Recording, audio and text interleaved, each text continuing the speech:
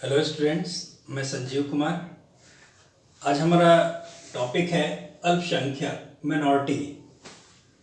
अल्पसंख्यक कौन होते हैं और अल्पसंख्यकों के विषय में कैसे प्रावधान किए गए हैं। आज हम इस क्लास के दौरान हम 3 बिंदुओं पर चर्चा करेंगे। इनका परिचय, सामान्य परिचय, इंट्रोडक्शन। दूसरा बिंदु होगा अल्पसंख्यक बालकों की समस्याएं, problems of the minority children. तीसरा बिंदु होगा अल्पसंख्यक वर्ग की स्थिति सुधारने के उपाय, improving the condition of minority, अर्थात कि क्या क्या सुधार हो सकते हैं, क्या क्या सुझाव हो सकते हैं और कैसे अल्पसंख्यकों को कैसे आगे बढ़ाया जा सकता है। चलिए अब समझते हैं कि अल्पसंख्यक, पहले परिभाषित करते हैं अल्पसंख्यक हैं कौन।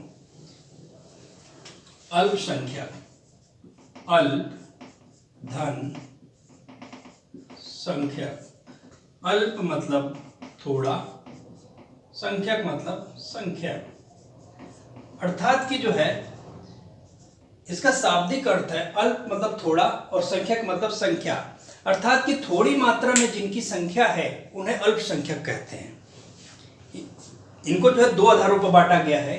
पहला आधार है इनकी धर्म के आधार पर हम बांट सकते हैं, दूसरा है भाषा के आधार पर।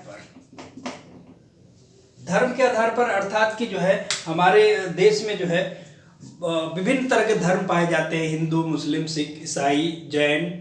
तो इन धर्मों के आधार पर इनको बांटा जा सकता है अल्पसंख्यकों को। दूसरी भाषा के आधार पर, अर्थात कि सबकी भाषाएं अलग अलग हैं, उस आधार पर भी इनका एक विश्लेषण किया जा सकता है। एक परिभाषा और भी है इसकी कि जो राज्य में 50% से कम संख्या, राज्य में जिनकी संख्या 50% से कम हो उसे अल्पसंख्यक कहा जाएगा या कहा जाता है। कि 50% अर्थात कि आधे से कम जनसंख्या होना मतलब अल्पसंख्यक की श्रेणी में आएगा। चलिए बिंदुओं पर चर्चा करते हैं, सामान्य परिचय देखते हैं। भारत में हिंदुओं की जो संख्या है वो 82% है, अर्थात कि 82%। ये बहुसंख्यक की श्रेणी में आते हैं। उसके बाद मुस्लिमों की संख्या 11% है, ये अल्पसंख्यक की श्रेणी में आते हैं। ईसाइयों की संख्या 2.3% है, ये भी अल्पसंख्यक की श्रेणी में आएंगे। बौद्ध 0.4%, ये भी अल्पसंख्यक। जैन 0.7%। अर्थात कि यहाँ से हमने देखा ये चीज कि इनकी संख्या वो 50% से नीचे है, इसलिए इन धर्मों को अल्पसंख्यक की श्रेणी में रखा गया है। अब बात करते हैं संवैधानिक की, संविधान में इनके लिए क्या प्रावधान किया गया है, संविधान में कैसे अधिकारों की बात की गई है। तो इनके लिए संविधान में संविधान अनुच्छेद 29 में भाषा, लिपि या साहित्य को बढ़ावा, अर्थात कि जैसा मैंने आपको बताया कि इनकी साहित्य, इनकी भाषा अलग होगी, लिपि अलग होगा, साहित्य, अर्थात कि इनकी भाषा और लिपि को बढ़ावा देने के लिए अनुच्छेद 29 व्याख्या करता है कि इनको इन चीज़ों में इनको छूट दी जाती है कि वो अपनी भाषा, लिपि और उसको सजो के रख सकते हैं, उसको उसमें अपना शिक्षा अध्ययन कर सकते हैं। अगला पॉइंट आता है आपका अनुच्छेद 30, शैक्षिक संस्थानों को स्थापित करने का, अर्थात कि अनुच्छेद भारतीय संविधान का अनुच्छेद 30 वो ये कहता है कि ये अपना एक शैक्षिक संस्थान खोल सकते हैं जिसमें इन्हीं के बच्चे पढ़ सकते हैं और इनके लिए वो रिजर्व हो सकता है। तो इसके लिए शैक्षिक संस्थान स्थापित करने का इनको एक अधिकार मिलता है कि ये अपनी भाषा, अपनी साहित्य के आधार पर एक शैक्षिक संस्थान खोल सकते हैं। तो यहाँ से हमने देखा कि इसका एक सामान्य परिचय हम लोगों ने देखा। अब देखते हैं कि अल्पसंख्यक बालकों की समस्याएं कौन कौन सी हैं, क्या क्या समस्याएं ऐसी बालकों के सामने आती हैं जो बालकों के लिए एक समस्या के रूप में, क्लास में समस्या के रूप में कहीं ना कहीं देखने को मिलती है एक टीचर के दौरान। भेदभाव का शिकार, डिस्क्रिमिनेशन, अर्थात कि वंचित बालक, मैंने आपको पढ़ाया वंचित बालक में अनुसूचित जनजाति पढ़ाया, अनुसूचित जाति पढ़ाया, आज अल्पसंख्यक में पढ़ा रहा हूँ। तो इसमें भी कहीं ना कहीं ये देखने को मिलता है कि भेदभाव हर जगह है। भेदभाव वो हर जगह देखने को मिलता है कि इन तरह के बच्चों के साथ भी जो है भेदभाव देखने को मिलता है कि ये हिंदू का बच्चा है, ये मुसलमान का है, ये सिख का है, अर्थात ये धार्मिक आधार पर भी भेदभाव देखने को मिलता है, भाषा के आधार पर भी भेदभाव देखने को मिलता है। तो ये जो है भेदभाव का शिकार होते हैं ये बच्चे। दूसरा है पहचान, आइडेंटिफिकेशन। ये बच्चों के सामने समस्या ये भी आती है कि वो पहचान से भी डरते हैं कि पहचान होने से, अर्थात कि मैं मुसलमान हूँ, मैं सिख हूँ, मैं ईसाई हूँ, इस तरह की पहचान होने पर भी ये डरते हैं कि हमको जो है क्लास के अन्य बच्चों के साथ जो है अलग कर दिया जाएगा या अलग हो जाएगा, या बच्चे जो है समूह वर्ग जो है अलग समझने लगेगा। तो ये भी एक समस्या कहीं ना कहीं उभर के सामने आती है। उसके बाद आता है धार्मिक।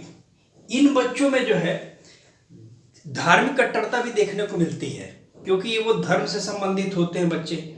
अगर कोई बच्चा मान के चलिए कि मुसलमान है तो उसकी धार्मिक स्थितियां भी उसके अंदर देखने को मिलेंगी, धार्मिक परंपराएं, धार्मिक संस्कृतियां भी उसके अंदर कूट कूट के भरी होंगी। तो ये भी अन्य बच्चों के साथ जो है कहीं ना कहीं समस्या पैदा करता है। ईसाई, सिख, इस तरह के जितने भी धार्मिक संप्रदाय हैं, अल्पसंख्यक वर्ग है, इनमें जो है धार्मिक भावना जो है बिल्कुल कूट के भरी होती है। तो वो अन्य बच्चों के साथ मिक्स होने में थोड़ी सी समस्या आती है यहाँ पे। उसके बाद आता है सुरक्षा।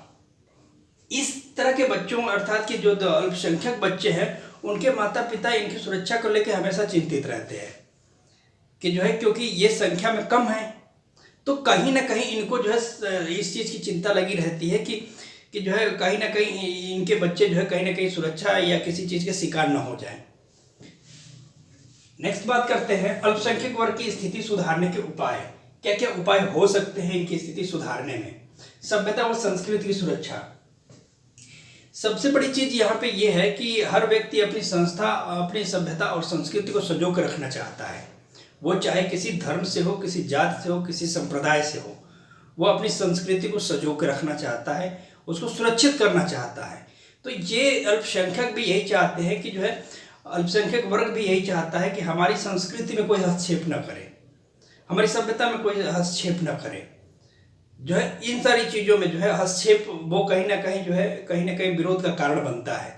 तो इन चीज़ों को जो है अगर हमको सोल्यूशन लेके चलना है, उनके सुधारने के उपाय करने हैं, तो इनकी संस्कृतियों में हस्तक्षेप न करके हम सुझाव दे सकते हैं।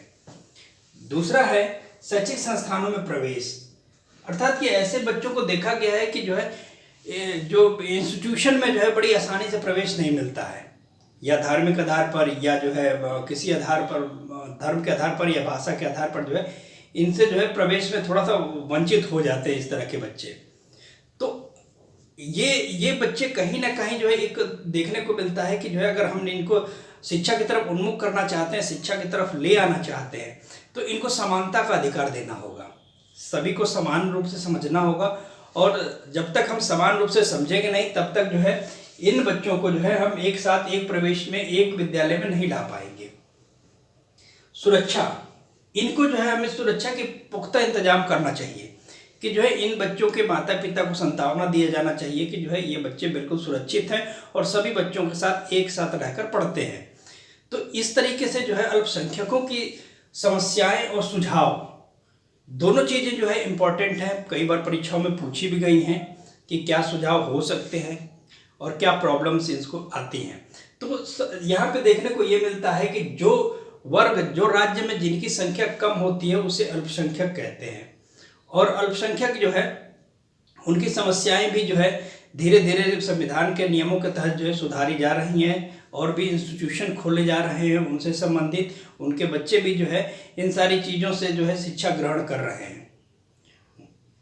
तो आज हम लोगों ने पढ़ा अल्पसंख्यक में हमने पढ़ा परिचय, इंट्रोडक्शन, अल्पसंख्यक बालकों की समस्याएं, अल्पसंख्यक वर्ग की स्थिति सुधारने के उपाय।